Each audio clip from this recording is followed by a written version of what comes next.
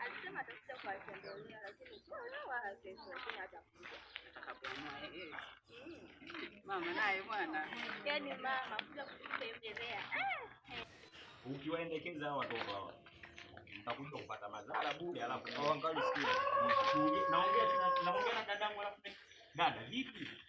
Kawaida tu sasa. Ona wengine wameanza kuja na mamoshi. Nini hiyo? Hiyo mibangi hiyo itawaharibu hao vitu hawa. Acha mleusho basi. Hapa umefika ni nyumbani. Hao watoto lakini umeshaendekeza ubaya huu. Kwani kuna vita hapa? Mbona naona kila mtu anakuja na mambo yake? Hii tabia hii dada mimi nishakwambia. Ukija kupata madhara mimi mjamgaji. Wameshakuwa wahuni hawa, wizi hawa. Wanajifunza wizi kujibaka hawa. Unakuja hapa anaongea nini? Mimi ananitukana mimi? Ananitukana mimi? Dada anataka kufanyaje sasa? Anasema anataka kunipiga. Anataka kunipiga. Tulia basi. Yaani umetulia. Dada hivi. Naibu hapa nyumbani hapa. Naibu hapa na huyo. Baba tulia. Naibu hapa naona. Ona basi hao. Unaanza kuleta kaka hapa anapigia tarajia anakimbia kwa hapa si wauni hata tumuoneshe huyu mimi naenda kudhea pamoja hapo fresh. Sasa ndio nini? Unachukua kiasi. Sikia cha ndani.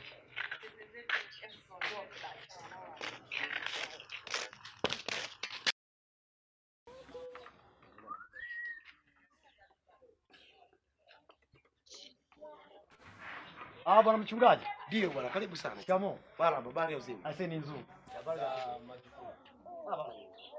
Bwana nimekuita. Sawa sawa. Kama unavyoona hii nyumba ndio nataka kuiwezeka. Nilitamani sana nikuite kwenye wakati na jenga lakini mambo yalikuwa ni vijana. Ndio. Vijana pale kanisani kwa kujitolea. Sawa. Ila nikasema fundi mzuri wa kuweza kuwezeka ni wewe. Sasa kama jinsi unavyoiona, sijui inaweza ikatumia bati ngapi? Bwana mchungaji, bati ambayo inaweza kutumia hii nyumba hii. Bati 60. Bati 60. Unaona ili plani kitu kimoja. Hapa nitaka tuweke canopy. Kusudi kulingana na hali na nyumba jinsi ilivyo na inavyotakiwa nyumba za kisasa. Wewe sawa, unanishaurije kwenye hilo? Na ukiwekea canopy hapa. Kwa maana ndio tunafikia pale na kwa kofia hii. Kwa itapendeza sana. Sasa maji yatakuwa mwagikia wapi? Kule nyuma au? Maji kutoka kwenye canopy hapa. Kutoka kwenye canopy. Yanamwagikia tu hapa lakini mguu wa canopy utakuwa mazingira haya. Ina maana ya kusimama ile canopy na maana tunafanya migongo miwili huku na huko maji yanamwagikia huku. Sawa. Pamoja na huko.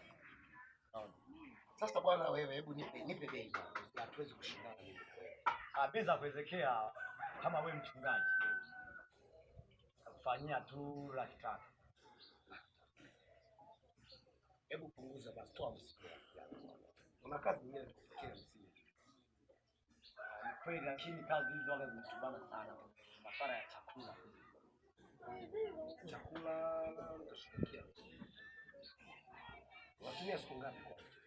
Hapa ni siku. Basi chakula ni chini. Sasa kama ni chakula nitakuachia wewe tufanyia 280,000. Okay, hamna shida. Hiyo pesa nitakupatia. Mama, hii kazi ifanyike vizuri na iende vizuri. Bora yanga. Mimi nadhani kesho asubuhi ndio hii kazi ifanyike. Mabati nadhani ataingia jioni. Kesho asubuhi sana mimi nija hapa na mafundi. Asubuhi mapema hii kazi iende vizuri. Sawa sawa. Basi sawa, shukrani. Asante sana mchungaji. Tuko pamoja. Haya. Mimi bado nipo hapa. Sawa. Mimi bado nikaangalia mambo mengine. Sawa.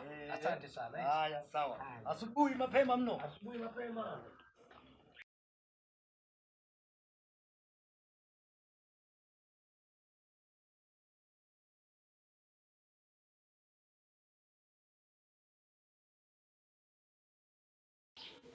Mke wangu mapasta, kama nilivyokuambia wadogo zangu, kama nilivyokwisha kuambia, mimi ndio safari yangu imewajia. Ninaenda kwa ajili ya kumtumikia Mungu kwenye hiyo semina. Nadhani nitachukua siku 3. Hivyo ninachowaomba basi, msiache kwenda ibadani. Sijui unanielewa Dennis? Kule kwaya na kutegemea, vyombo vinakutegemea mke wangu, na mimi tutasimamia vyema ibada zote. Ndio. Haitapendeza ikiwa hivyo. Na jambo lingine, utajitahidi kumwambia shemeji yako hapa kwenda kuangalia ujenzi unaoendelea kule. Sawa Dennis? Sawa kaka, nimekuelewa. Kila kitu ulichoniambia nitakifanyia kazi. Na kuhusu ujenzi, usijali. Tutakuwa na shemeji tunaongoza na kweli kweli. Nadhani hapo kakaangu nikutakie tu safari njema, Mungu akutangulie katika safari yako. Wow. Na pia uzidi kumwomba Mungu aweze kukulinda huko uendako. Na kama hivyo. Wow, itapendeza. Nadhani mke wangu sasa nichukulie koti tushukuru Mungu niweze kuondoka. Baki mhakikishe kabisa sasa wewe umekuwa si una tatizo gani hapa katikati? Kuna taarifa zako ambazo ninazisikia sio nzuri. Dada yangu, hakuna kitu kizuri kama kumtumikia Mungu kwa roho yote. Sijui unanielewa? Ndio kaka, nafahamu. Tena kaka nimefungua kitu. Ndio. Usiseme Mungu kwa Mungu. Wewe sema uongo tu. Sema uongo tu. Mwenyewe hapa ana vitu vyake. Bora yeye aseme baba yake Mungu. Wow, basi mimi nadhani bila shaka mke wangu tumshukuru Mungu niweze kuacha. Basi Baba, katika jina la Yesu Kristo, Mungu mwaminifu, tazama ninatoka mahali hapa nyumbani, ninaelekea kwenye huduma. Ninaiacha familia yangu mikononi mwako. Uifunike na kuilinda na kuitetea. Malaika wako wa ulinzi wawe pamoja na familia hii. Ni katika jina la Yesu Kristo wa Nazareti aliye hai. Baba, achilia neema na baraka juu ya familia yangu. Ninakwenda kinyume na kila roho zote za malipizi na visasi. In Jesus mighty name. Amen. Ubarikiwe sana. Ubarikiwe sana. Amen. Safari njema. Asante sana. Lakini kaka, ndio unapoenda, wow, nenda na jibu moja. Katika kitabu cha Wagalatia 5:16 linasema, basi nasema, enendeni kwa roho, wala hamtazitimiza kamwe tamaa za mwili. Wow. Inakasha bibi yako huyu. Asante. Aya kabari. Bye.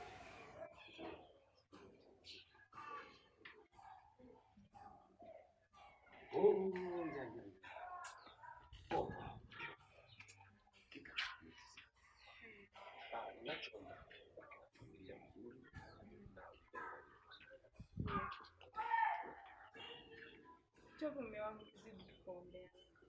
Okay. Mungu pamoja.